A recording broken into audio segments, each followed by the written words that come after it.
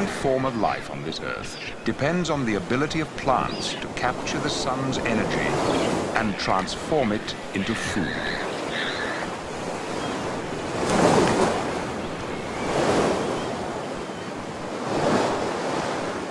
Seabirds feed on fish, and bigger fish eat smaller fish. But somewhere their food chain began with plants. Every food chain is started by a vegetarian.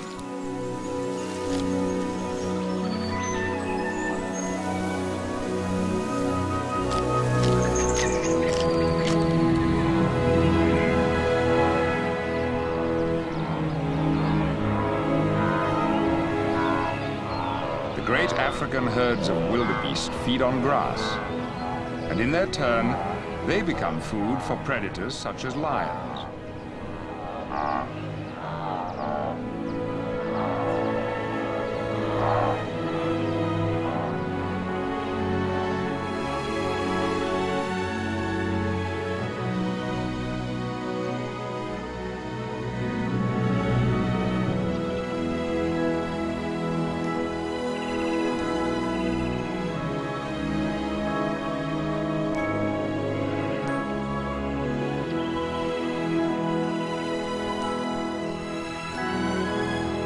It is plants, and plants alone, which generate all the food we have on Earth.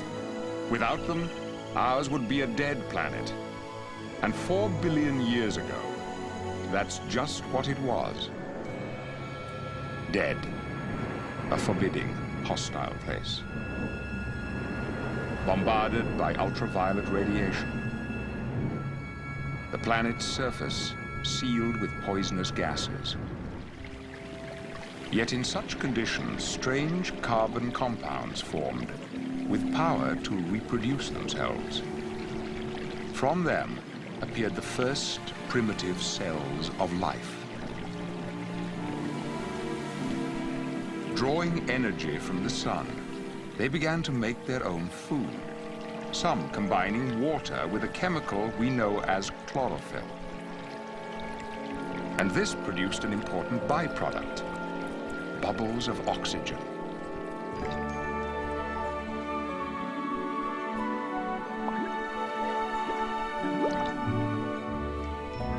An atmosphere was being created in which you and I would eventually be able to breathe and live.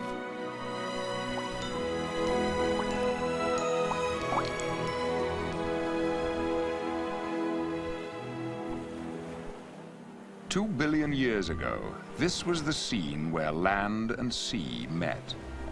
In the next billion years, the oxygen was gradually accumulating, some of it forming a shield of ozone in the upper layers of the atmosphere.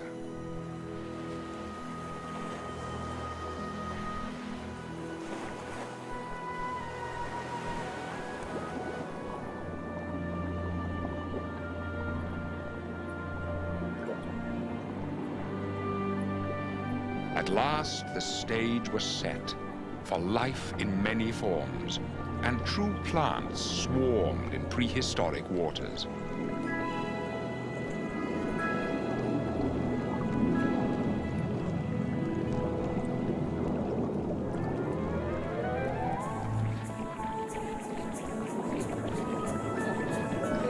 Now, filter-feeding animals such as barnacles could flourish in the oxygenated water.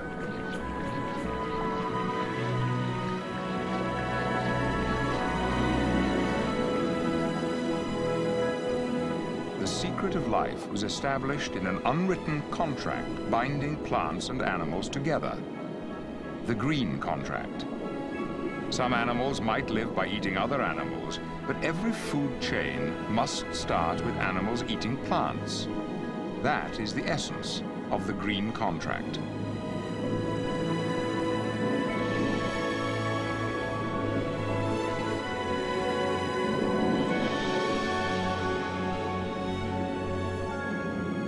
By the time fish had evolved, another stage in the story of life on Earth was beginning. The teeming life of the oceans reached out to the dead land.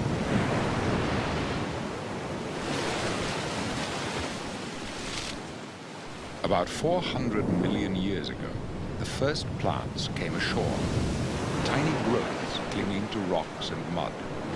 In time, they took a firmer hold on land. They developed roots.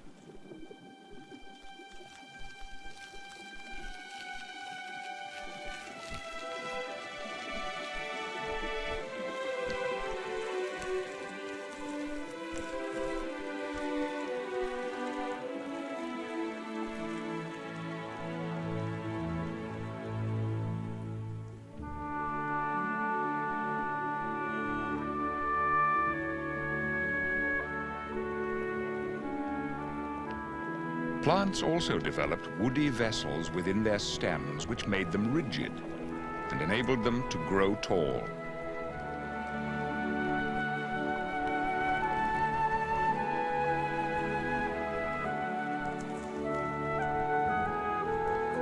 And competition with other plants compelled them to grow taller still. With this dynamic liftoff, the first forests were born.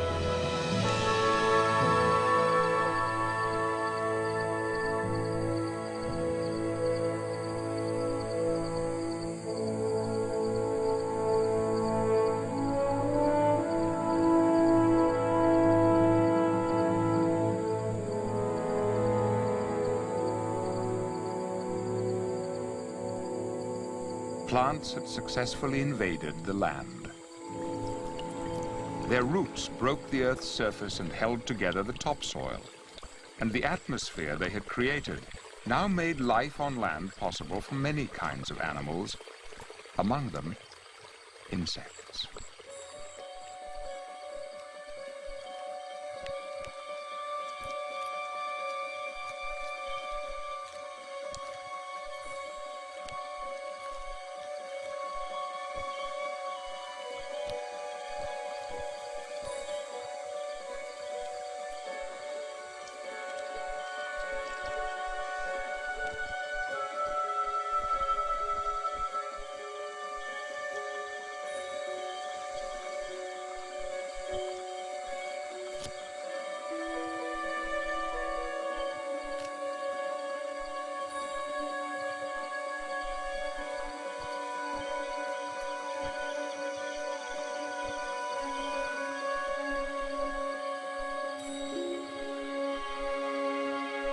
Wings meant that insects could follow the plants upwards into the sky.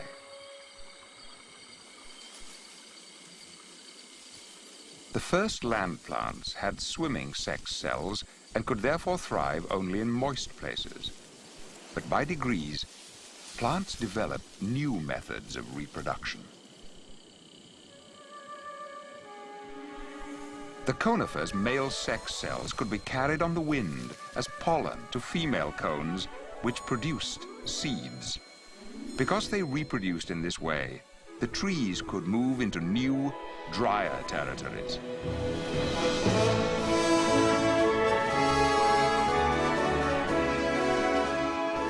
Like an advancing army, they swarmed over the foothills and occupied the high mountainsides, a far cry from the shoreline of the ocean.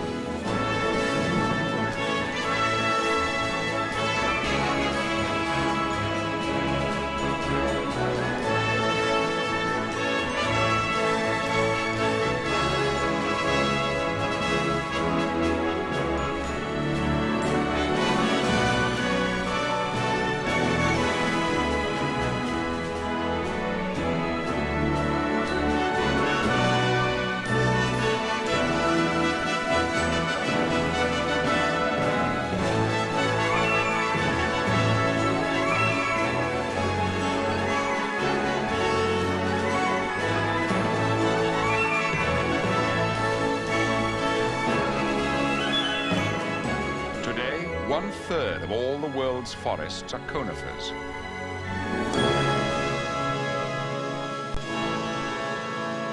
Among them, the largest living organisms, the giant redwoods, capable of growing to the height of a 20-story building. A remarkable development. But there was an even more spectacular one still to come.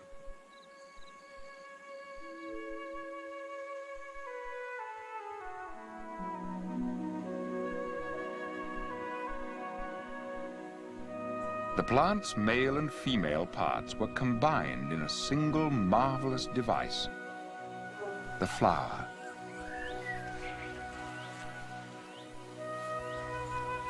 Flower pollen is an attractive source of food for insects, and they unwittingly carry some of it on their bodies as they move from one flower to the next. In that way, the flower's eggs may be fertilized. Many flowers produce nectar, which attracts insects, with guidelines to help them find it.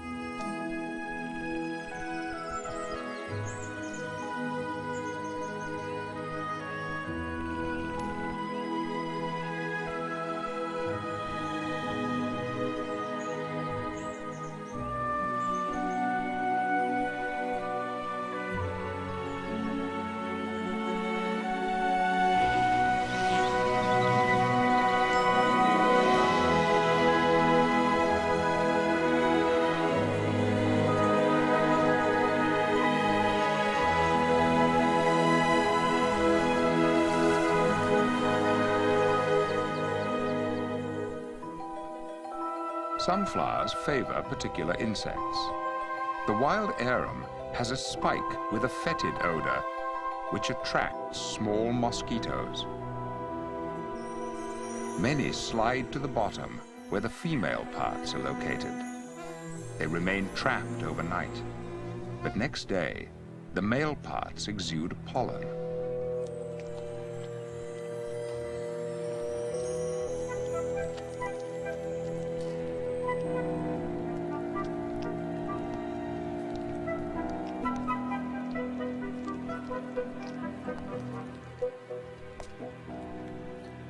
Now the bristles wilt and clear the way for the mosquitoes to escape, well coated with a dusting of pollen that they carry to the next arum. Again, temporary prisoners, they pollinate their captor before escaping once more. The size and shape of certain flowers match the bills of particular types of bird. Members of the parrot family, such as the rainbow lorikeet, have adapted to feeding on certain flowers, and so have become their chief pollinator.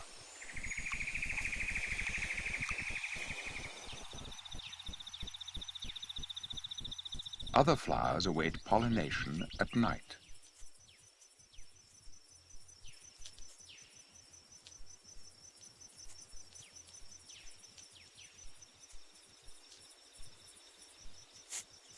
In Australia, small nocturnal marsupials, called honey possums, visit banksia flowers for the sake of their nectar.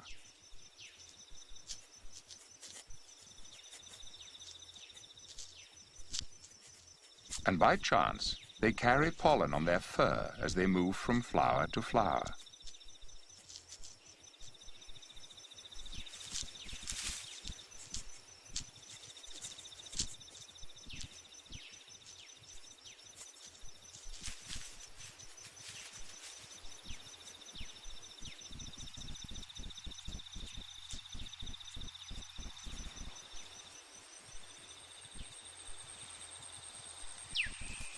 The regular traffic to the flowers that feed them is an open invitation to the secret hunters.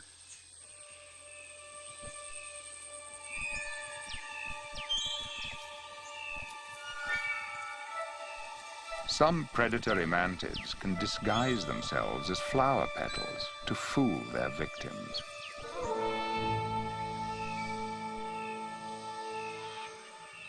The killer, poised to strike.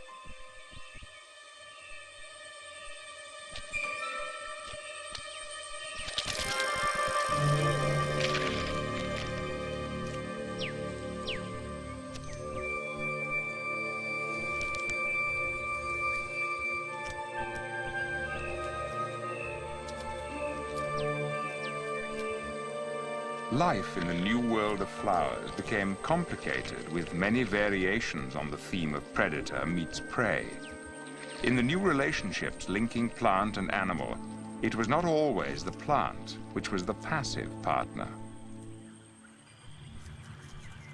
In some cases, the plants themselves became the killers.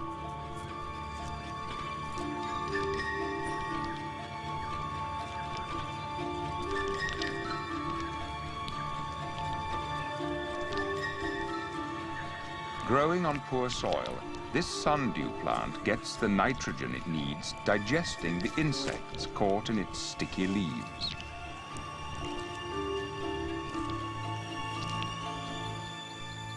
The leaves of another flesh-eating plant form an even more ingenious trap. The Venus flytrap.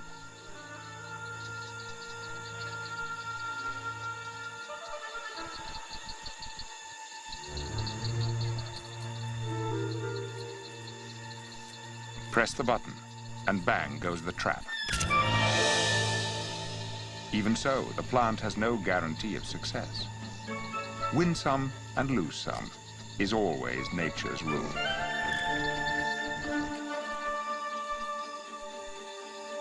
Each hair is a trigger. Touch it twice, and the trap shuts.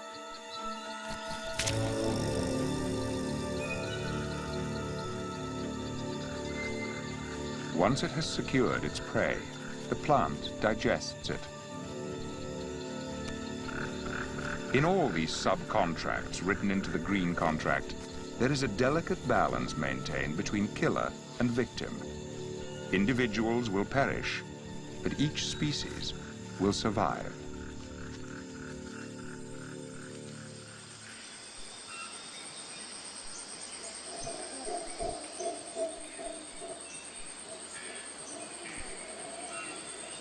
It is in the tropical forest that there is the richest variety of relationships between plants and animals.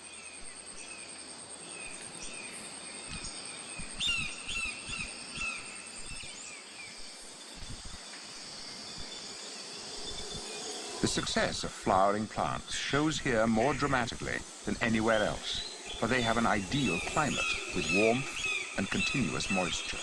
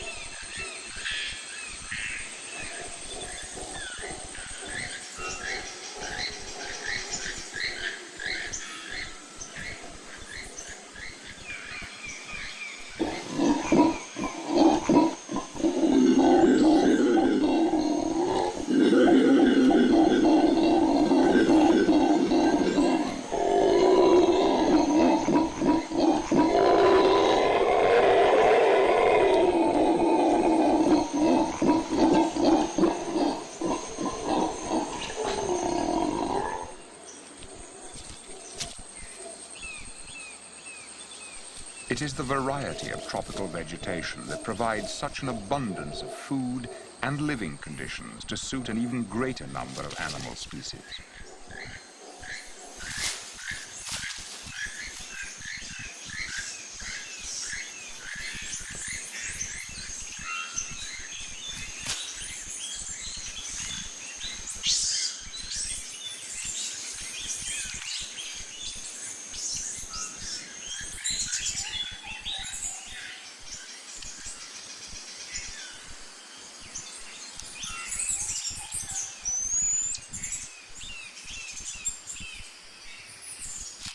Over 2/3 of all the flowering plant species in the world are found in tropical forests.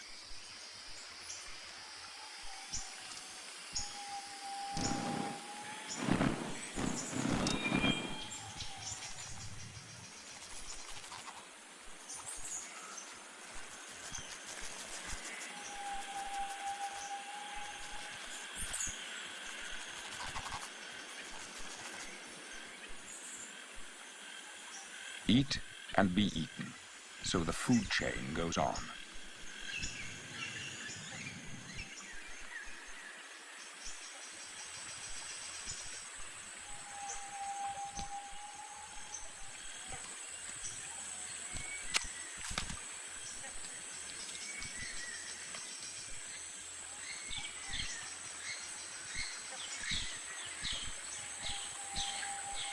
Body color that matches the background can be a good defense.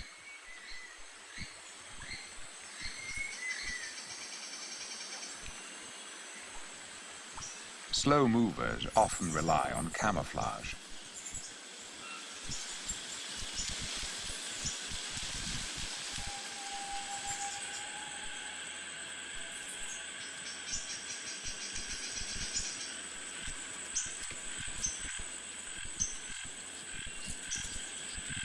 It's a strange fact that this abundance of life often thrives on the poorest of soils.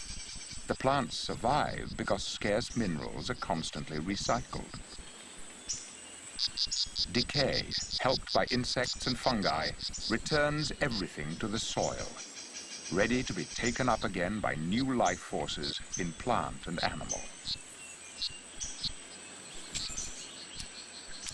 There is one more relationship between the flowering plants and the animals to be found here.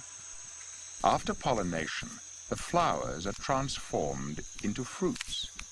Succulent and often colorful, they have evolved to be eaten. Here, wild figs attract large fruit-eating mammals known as flying foxes.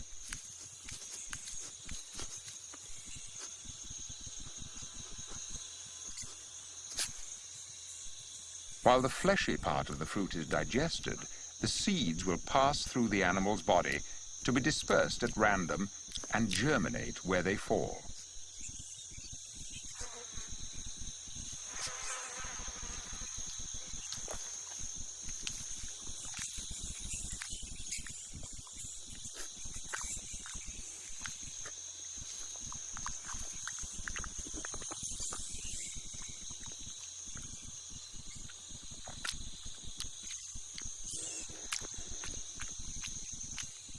This is a very effective method of dispersing seeds and so creating and regenerating forests.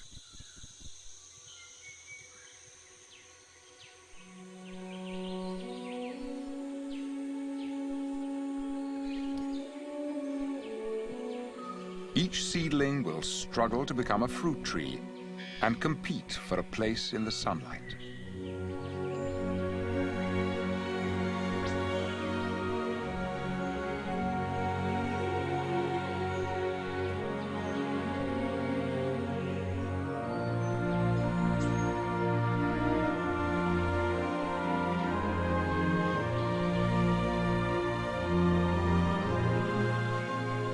Fruits and berries were also an important survival food for our early ancestors. But even more crucial to human development were the seeds of another very special group of flowering plants which provided the staple food of grazing animals, the grasses. Most plants grow from the tip, but grass leaves grow from the base. So, after they have been cropped by grazing animals, the grass will continue to grow and make more food.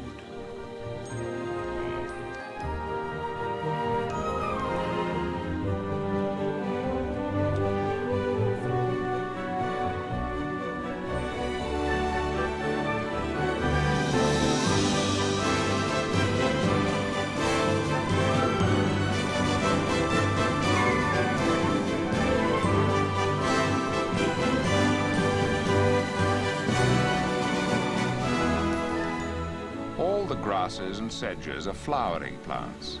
It's easy to overlook that.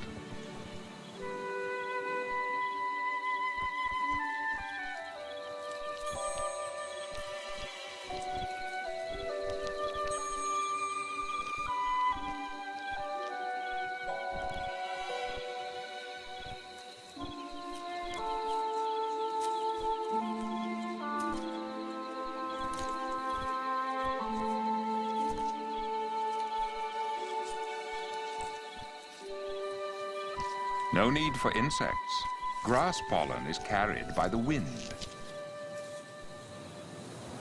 When the seeds are set, they contain a nutritious substance which gives them a good start.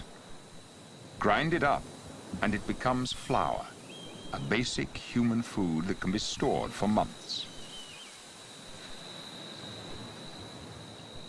The wild grasses that we know as rice, oats, barley, and wheat were the key to the growth of human civilization.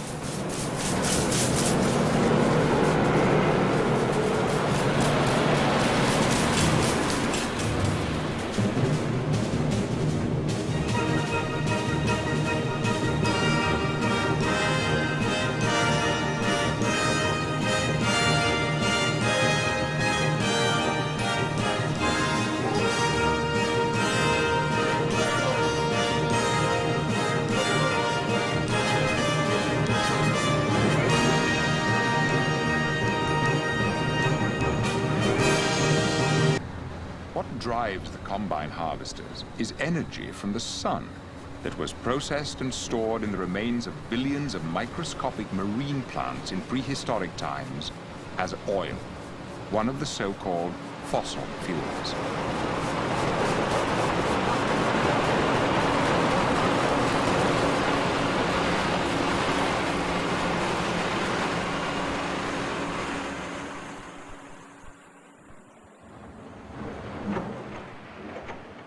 Another fossil fuel is coal, the carbonized remains of some of the earliest forests.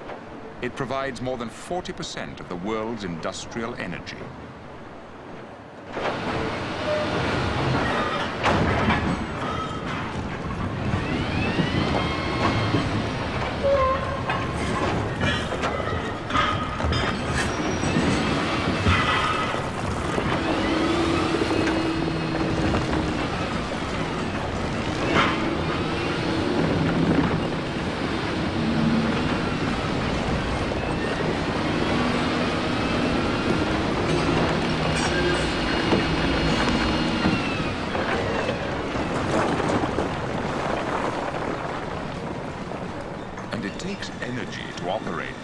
Earth-moving thrust into the depths where the prized Black Sea lies.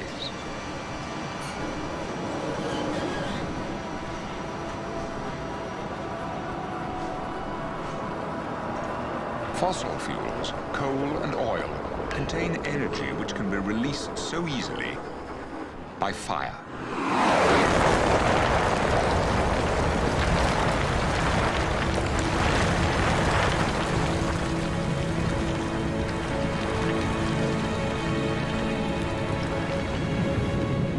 In 1991, the Gulf War focused our attention on what happens when nature is wantonly put into reverse.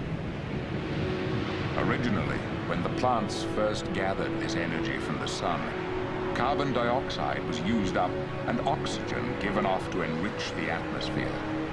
Now, fire uses up oxygen, while carbon gases pour back into the air.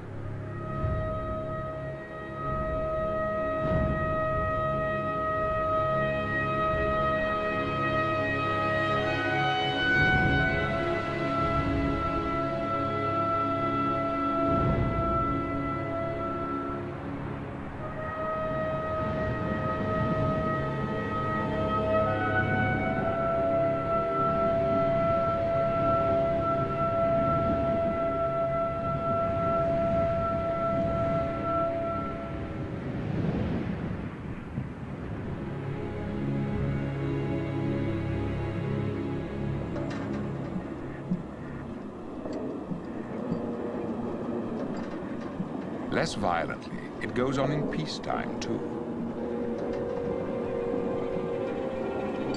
Modern transport relies on the burning of oil.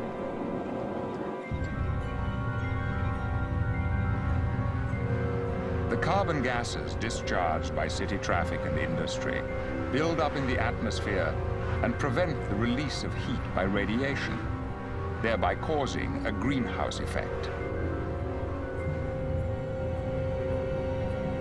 Other harmful urban chemicals attack the ozone layer, which shields us from ultraviolet rays, damaging to human skin and also to the plant life of the oceans.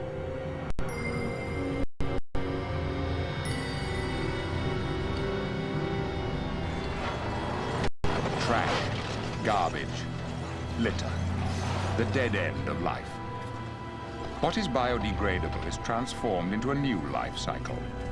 But mankind has introduced the non-biodegradable, the junk outside nature's regeneration, which poisons land and sea.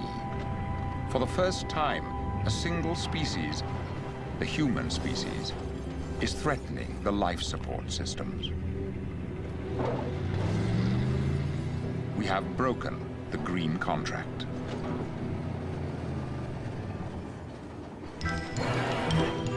But we are at last learning to be less wasteful. As the world's resources shrink, we are recycling more and more.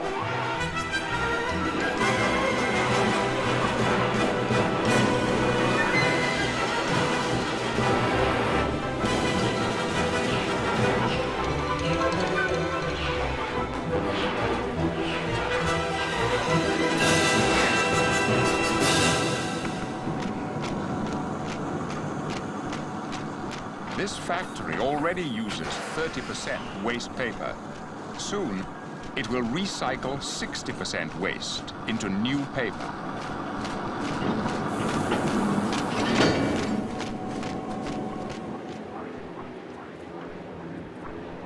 We are also learning how to capture energy without burning fossil fuels or timber.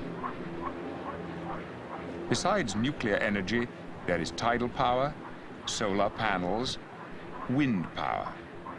We can harness the elements.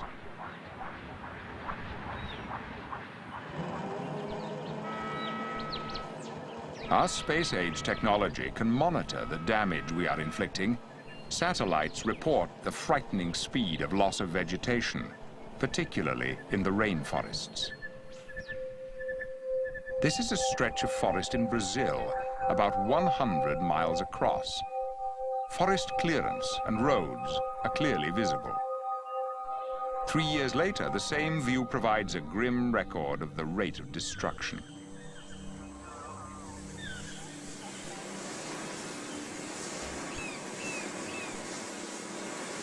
Time is running out for those research scientists at work up there in the canopy of a threatened forest.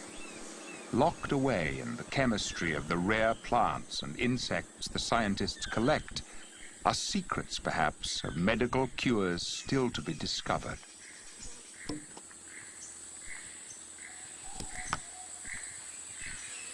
Our heritage is a pool of genetic material beyond price. This periwinkle comes from the forests of Madagascar. Not very important, we might think. But now, it is cultivated and harvested to make a drug used to treat leukemia in children.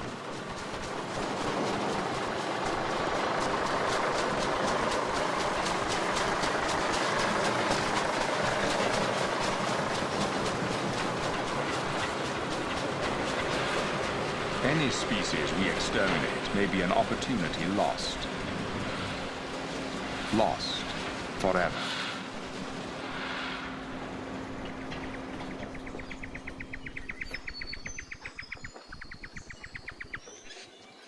By discovering how plants and animals relate to each other, we can enrich our own understanding of life. The rainforest shows us that true life sustains itself within the available resources that it can recycle perpetually.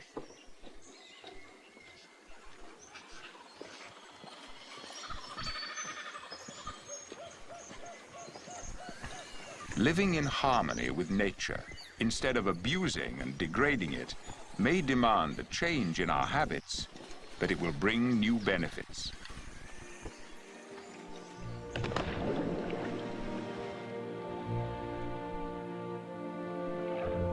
Some of our world's most beautiful sights are under the sea. Even these are no longer denied to us.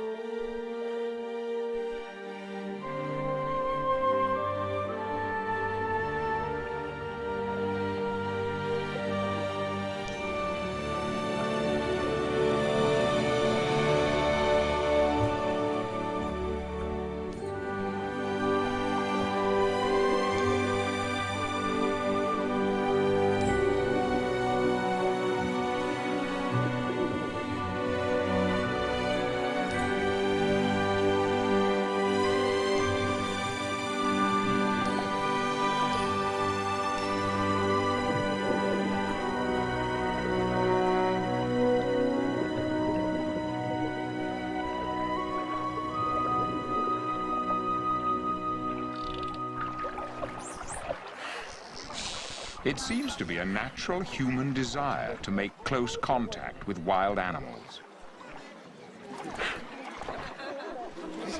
This desire is gratified each day for visitors to a remote beach in Western Australia by wild dolphins.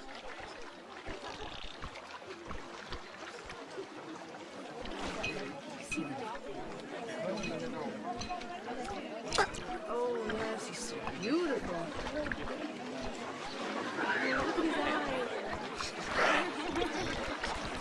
About young man, previous dolphin. It's true they're encouraged with food, but the dolphins do seem to enjoy contact with humans as much as the humans enjoy it. Saying hello again. Hey. She wants some more dinner. Do you know what her name is? Puck.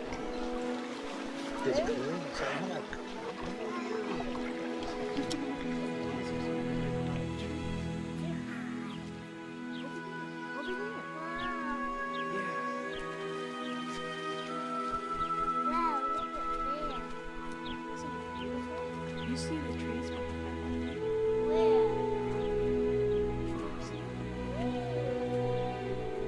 Our world has developed over many millions of years. What gave it stability and increasing variety was an unwritten contract between plants and animals, acknowledging their dependence on each other within a system nourished entirely by the sun.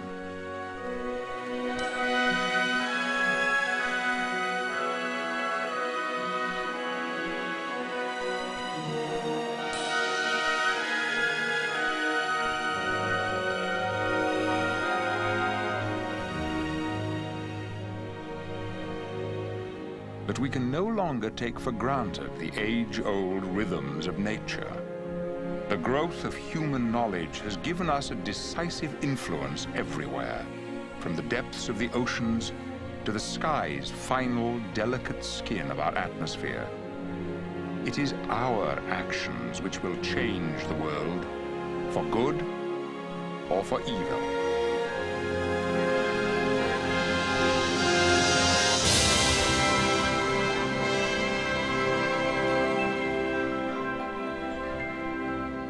In the sheer joy of our existence, we must love and cherish those delicately balanced forces of nature which are enshrined in the green contract. They formed the rules of the created world before we joined the long march of evolution. They hold the secret of our life on Earth.